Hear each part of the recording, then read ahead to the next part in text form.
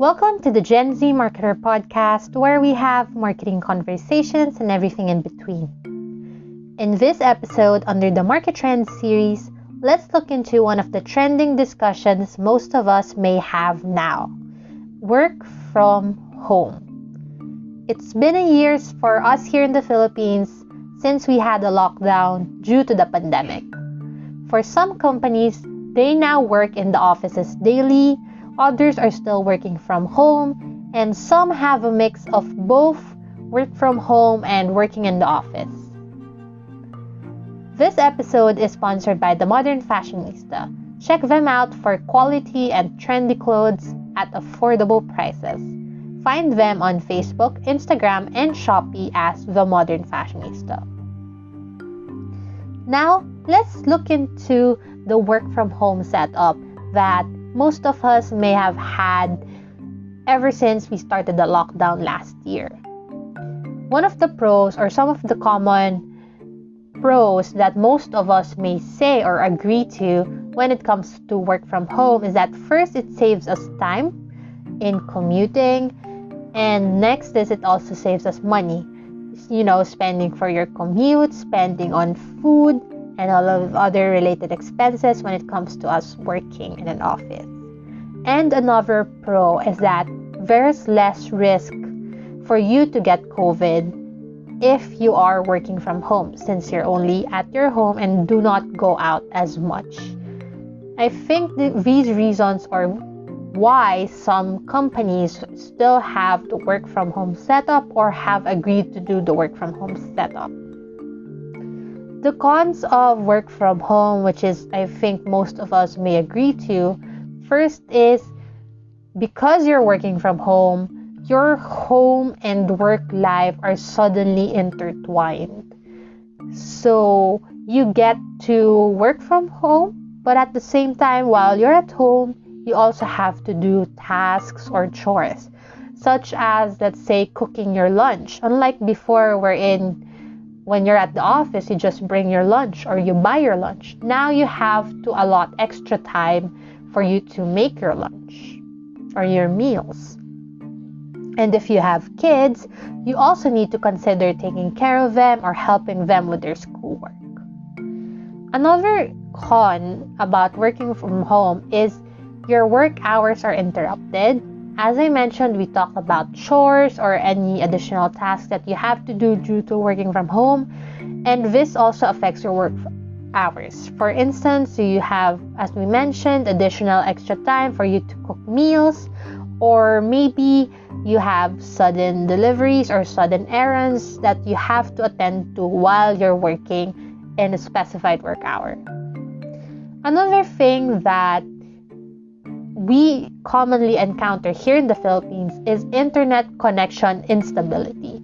I think this is the issue of everyone, no matter where you are and what network provider you have. You always have issues with your internet connection. And this is affecting, of course, when you have meetings or when you're doing work.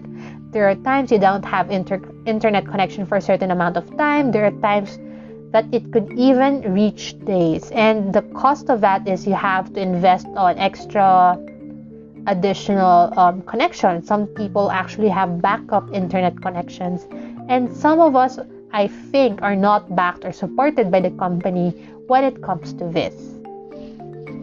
Another is the fatigue.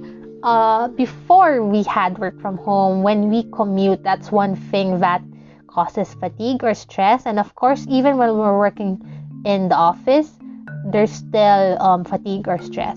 But one of the things that work from home kind of did for, I don't think, or I think maybe everyone would agree to this, or maybe some of you won't, is that when you're working from home, it seems to be like you're having extra stress or extra fatigue because, of course, you basically brought your work home. So it's almost like you're bringing home the stress.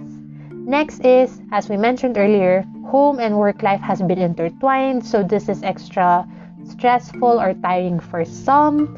And another thing is, it can get exhausting on how we work from home, in a way that you have extra communication barriers in work, or you don't get to see your colleagues. There's no physical interaction, and that's another negative or maybe a con when it comes to working from home. You don't see your colleagues, you don't get to build your relationships with them as well as, seeing them personally versus only interacting with them online. So actually, I do have some experiences or some insights that I personally would like to share with related to some of the things that I mentioned earlier. So my personal work from home experience is I do agree and I do appreciate how it has saved time and money for me. Actually, now, of course, you get to save time from commutes. I actually live 1 hour away from offices or the central business districts, and 1 hour actually you take away 1 hour from travel time or commute. Actually, for me, it's sometimes even 2 hours or 3 hours because you need to line up at least 1 hour or 2 hours earlier. You need to line up for the terminals or for the commute buses or UVs, right? So of course you're saving time and you're saving money in expenses such as commute fares or of course meals in work. Another work from home experience that I'd like to share is that this is something that I see that I've experienced personally as positive and negative. The trust of employers when it comes to work from home is something that's fluctuating, or there's a positive or negative spin on this.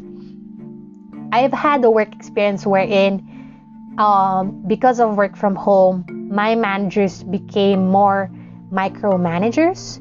So because of that micromanaging experience, it became extra stressful for me to work. And I think it's because the employers probably have minimal trust on their employees on getting the job done because they don't get to see their employees, they don't get to interact with them physically.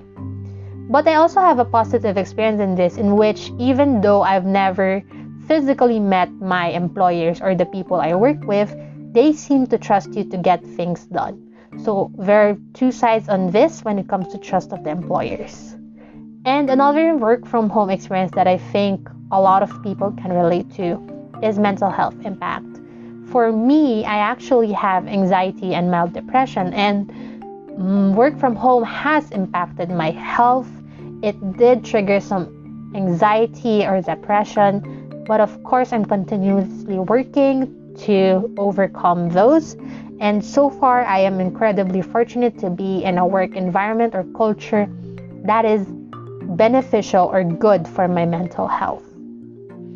So let's look into the future of work from home. I think there are some companies, or like my current work, in which we still work from home because we don't want to risk anyone's health. But there are some who already have resumed working in offices, and maybe there are some who have a mix of both. So one of the key issues or concerns maybe when it comes to work from home is the sustainability of it. Of course, there are some who would really prefer the team to be meeting face to face. That way you get to see if everyone's working. That way you get to lessen certain work times or turnarounds. And of course, the future, when of course we mentioned this already. What is the mental health impact of working from home in the forerun, in the future? There have been sources or studies showing that there has been an increase in mental health issues or concerns because of the other than the pandemic, because of the work from home setup. And of course, we need to look into how the team dynamic or workflow has been impacted by work from home. So what do you think, or how do you see work from home going in the future? For me, so far, at least in my experience, I think it's working well, working good for me, but I think that we would all have different stories or insights when it comes to that. How has it impacted you? Are you guys still working from home, or are you now working in an office? I would love to hear your thoughts on that or your insights. Let me know through my socials at the Gen Z Marketer on Facebook, at Gen Z MKT on Instagram, and at anchor.fm/GenZMKT. Leave me a message to share your thoughts or if you want to collaborate. And don't forget to follow the podcast to get notified on the latest uploads. Thank you for listening to this episode.